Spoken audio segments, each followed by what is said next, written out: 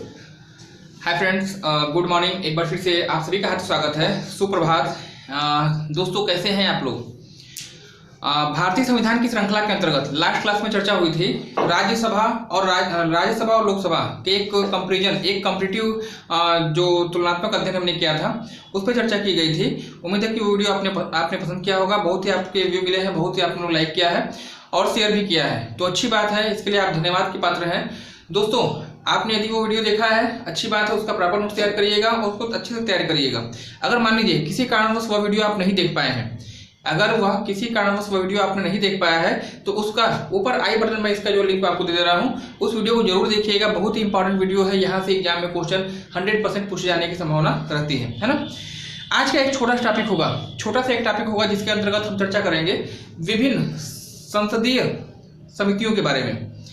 परीक्षा की दृष्टि से एक बहुत ही महत्वपूर्ण टॉपिक। यहाँ से भी एक दो क्वेश्चन आपको 100% मिल जाते हैं। आगे बढ़ने से पहले अगर आप मेरे चैनल पर नए आए हों, पहली बार आए हों और प्रतियोगी परीक्षाओं की तैयारी कर रहे हैं, तो इस चैनल को सब्सक्राइब कर दीजिएगा, बेल आइकन को प्रेस कर दीजिए और साथ ही साथ नोटिफिकेशन ऑल को क्लिक कर दीजिएगा, क्योंकि ऐसे ही नॉलेजफुल वीडियो मैं आपको देता रहता हूँ। आइए शुभारंभ करते हैं।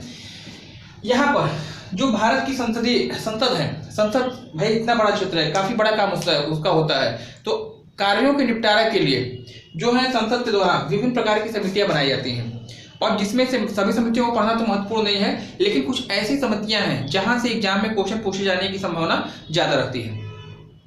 इन्हीं समितियों को मैंने यहाँ कलेक्ट किया है और जो यहाँ से प्रश्न आपसे पूछे जाते हैं, इसको मैं आपको बताता हूँ, है ना। आइए, सबसे पहले अगर देखा जाए तो यहाँ पे एक समिति आपकी आती है लोक लेखा समिति, है ना। इंपॉर्टेंट समिति हो गई लोक लेखा समिति। और लोक लेखा समिति के बारे में ये चीज जान लीजिएगा कि इसके कुल सदस्यों की संख्या टोटल जो आपकी होती है 22, है ना।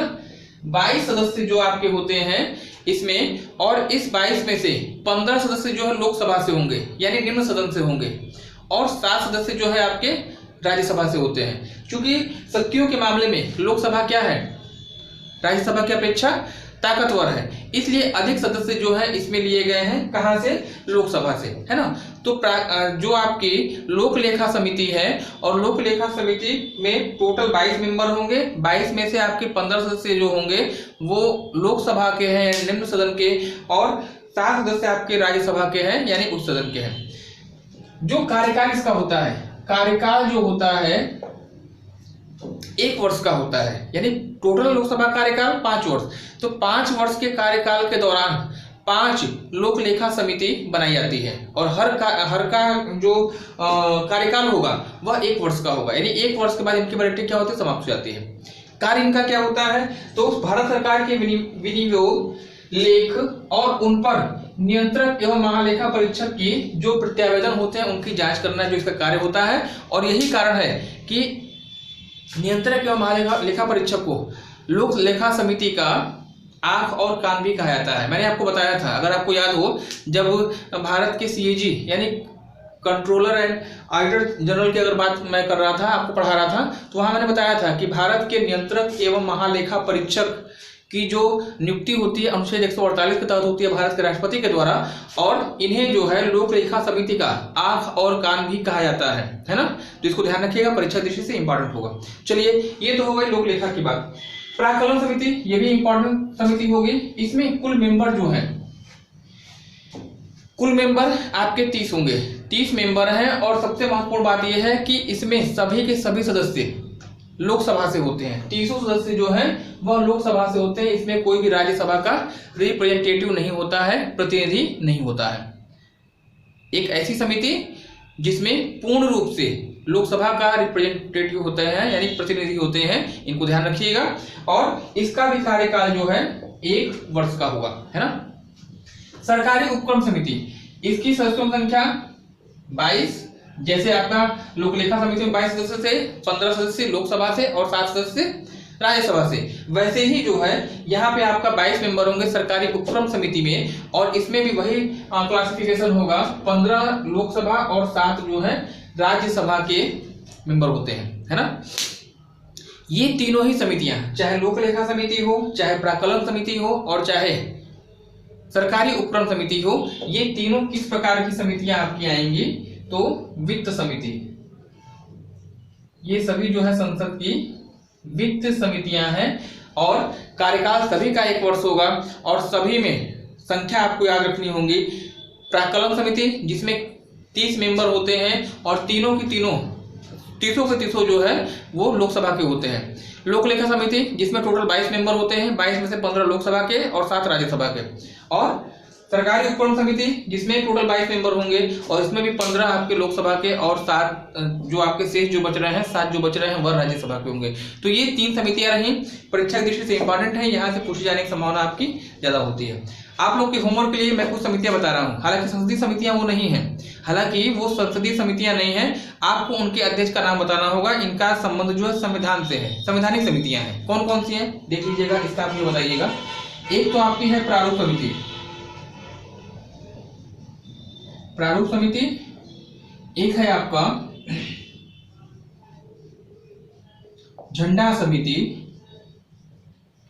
एक समिति आपकी होगी केंद्र राज्य समिति और एक समिति मुझे बता दीजिएगा मौलिक अधिकार समिति, है ना। तो ये 4 समितियां हैं, ये संविधान के निर्माण के संबंधी अस्तित्व में थी। और आप लोग का होमवर्क है, जो मेरे स्टूडेंट हैं मेरे उनको एक होमवर्क मैंने दिया है कि आप इन समितियों का क्या करेंगे, अध्यक्ष का नाम कमेंट सेक्शन में कमेंट करके बताएंगे। एक काम ये करिएगा और दूसरी चीज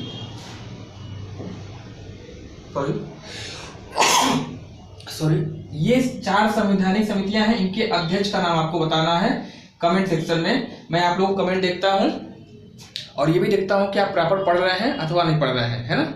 चलिए, एक तो ये समितियों का अध्यक्ष का नाम बताइएगा और दूसरी चीज आज आपका है 2 फरवरी, है ना। आज 2 फरवरी है, आज कौन सा दिवस है आप मुझे कमेंट सेक्शन में बताइएगा, है ना। और अगर आप दिवस बता लेते हैं तो एक प्रश्न मेरा आपका यहीं पे और होगा, एक प्रश्न मेरा आपका यहाँ पे और होगा कि भारत के कुल कितने रामसर साइट्स हैं, भारत में वर्तमान समय में कुल कितने रामसर साइट्स हैं, है ना। और इनमें लेटेस्ट नवीनतम कौन सा है, भारत का नवीनतम रामसर साइट्स कौन सा है, ये आपको कमेंट सेक्शन में बताना है ना। और वो कहां पर स्थित है। तो 2 क्वेश्चन है, आप मुझे कमेंट सेक्शन में कमेंट कीजिएगा। ये आपका होमवर्क होगा और जब आपसे मुलाकात होगी तो इन प्रश्नों की अपेक्षा मैं आपसे करूंगा, ठीक है। तो आज के लिए फिलहाल इतना ही।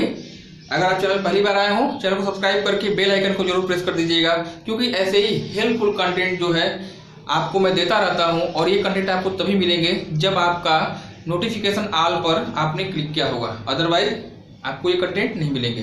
तो बेल आइकन को प्रेस कर दीजिए, नोटिफिकेशन को ऑल कर दीजिएगा। आज के लिए फिलहाल इतना ही, मिलते हैं अगले वीडियो में। धन्यवाद, हैव ए नाइस डे, शुभ रात्रि।